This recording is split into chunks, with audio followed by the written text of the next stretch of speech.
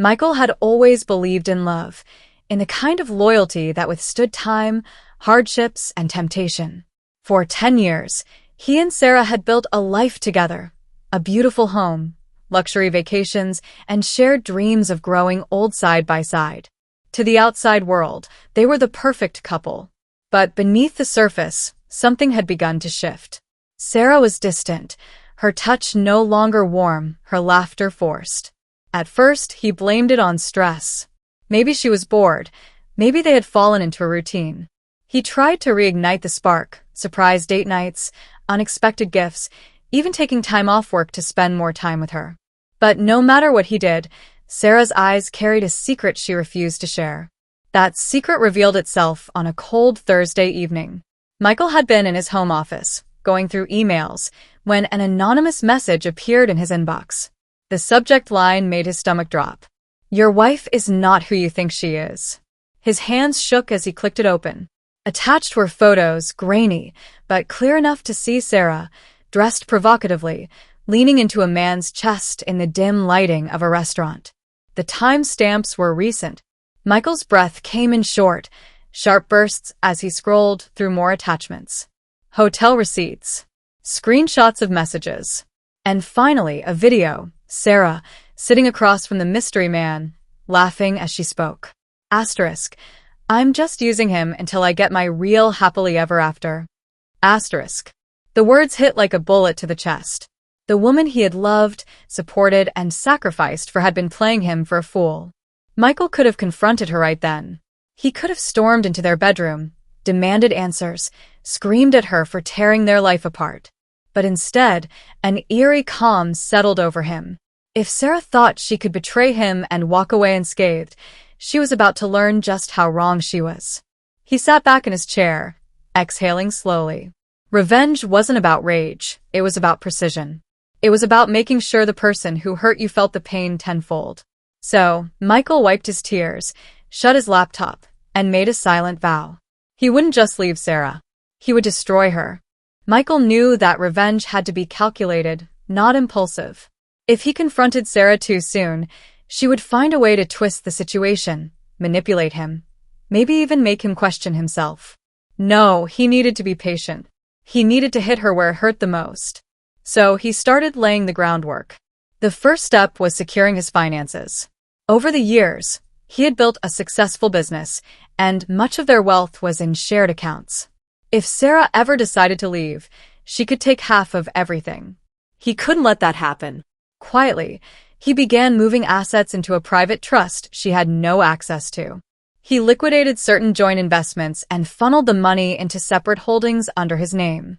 To avoid suspicion, he left just enough in their shared accounts to keep up the illusion that nothing had changed.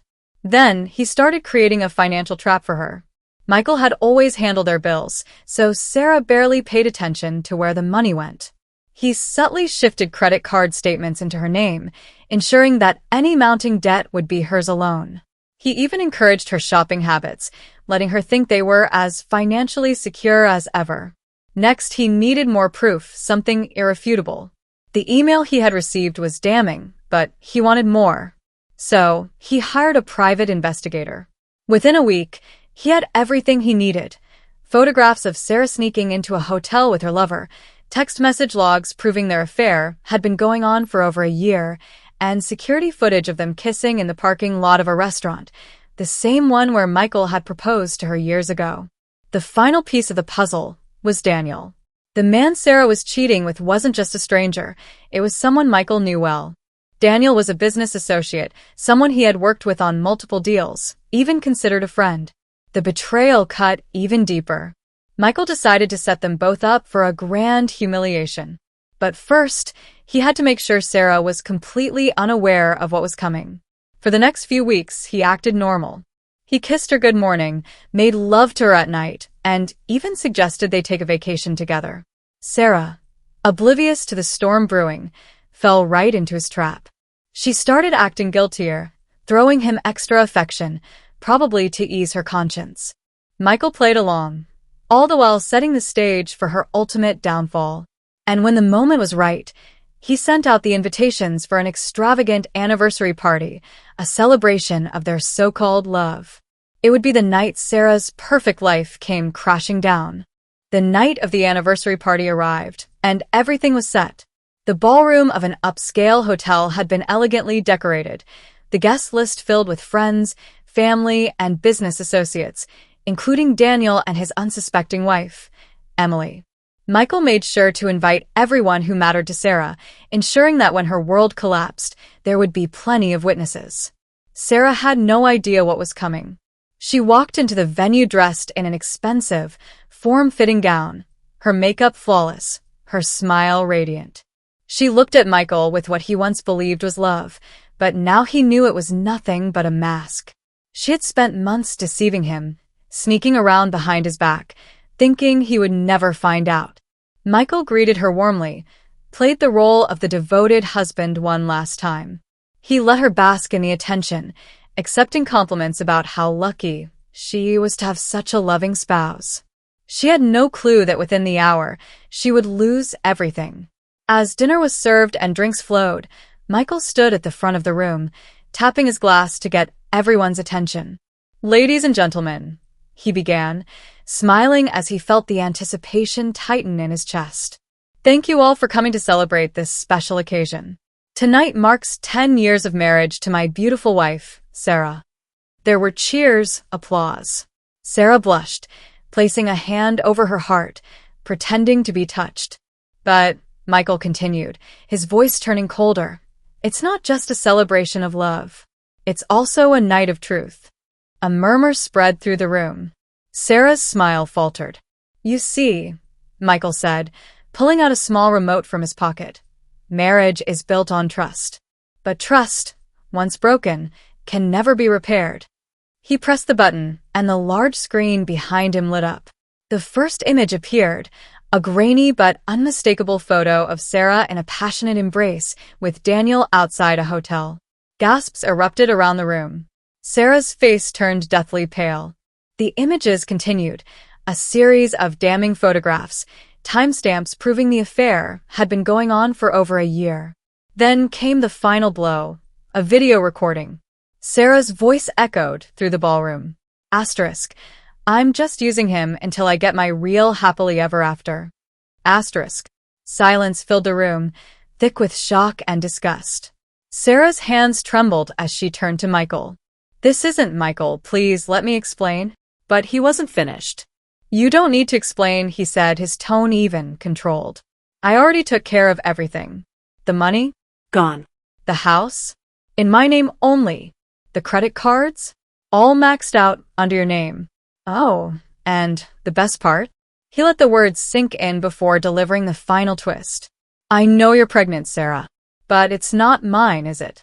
A stunned hush fell over the crowd. Sarah's mouth opened and closed, but no words came out. Daniel's wife, Emily, suddenly let out a choked sob and turned to her husband. "You bastard," she screamed before slapping him across the face. Daniel, caught between shock and horror, tried to back away. I didn't mean for this to happen." Michael smiled, a slow, cruel smile. "Oh, but it did. And now, you both get to live with the consequences." Sarah collapsed into a chair, sobbing uncontrollably. The humiliation, the betrayal, the sheer magnitude of her downfall had shattered her. Michael walked away, leaving her to drown in the wreckage of her own making. The night wasn't just a celebration of an anniversary. It was the execution of his perfect revenge. As Michael walked out of the ballroom, the weight on his chest lifted. He had spent weeks, months, carefully crafting this revenge, and now it had unfolded exactly as he intended. The humiliation, the betrayal, the public exposure, Sarah would never recover from this. He made his way to the hotel bar, where he had arranged a private table overlooking the chaos unfolding inside the ballroom. Through the glass walls, he could see Sarah still sitting in her chair, her face buried in her hands, while guests whispered and stared. Daniel was desperately trying to explain himself to Emily, but she wasn't having any of it. She threw her drink in his face before storming out. Michael took a sip of his whiskey, the burn of it grounding him. He had won. But instead of the satisfaction he expected, there was an emptiness. A dull ache where love had once lived. His phone buzzed. It was a message from Emily. "I don't know whether to thank you or hate you for exposing him like this. But either way, I'm leaving him." Michael smiled bitterly. At least someone else got the chance to walk away before wasting any more years on a liar. Then another notification popped up, this one from Sarah. He hesitated for a moment before opening it. "Michael, please. I'm sorry. I messed up. I was stupid. I love you. Please don't do this. Please, let's talk." He stared at the message, his thumb hovering over the screen. Part of him wanted to reply, to hear her beg, to hear her try and justify her actions. But then he reminded himself of the truth. She had already made her choice. She had chosen deceit. She had chosen Daniel. She had chosen to throw away everything they had.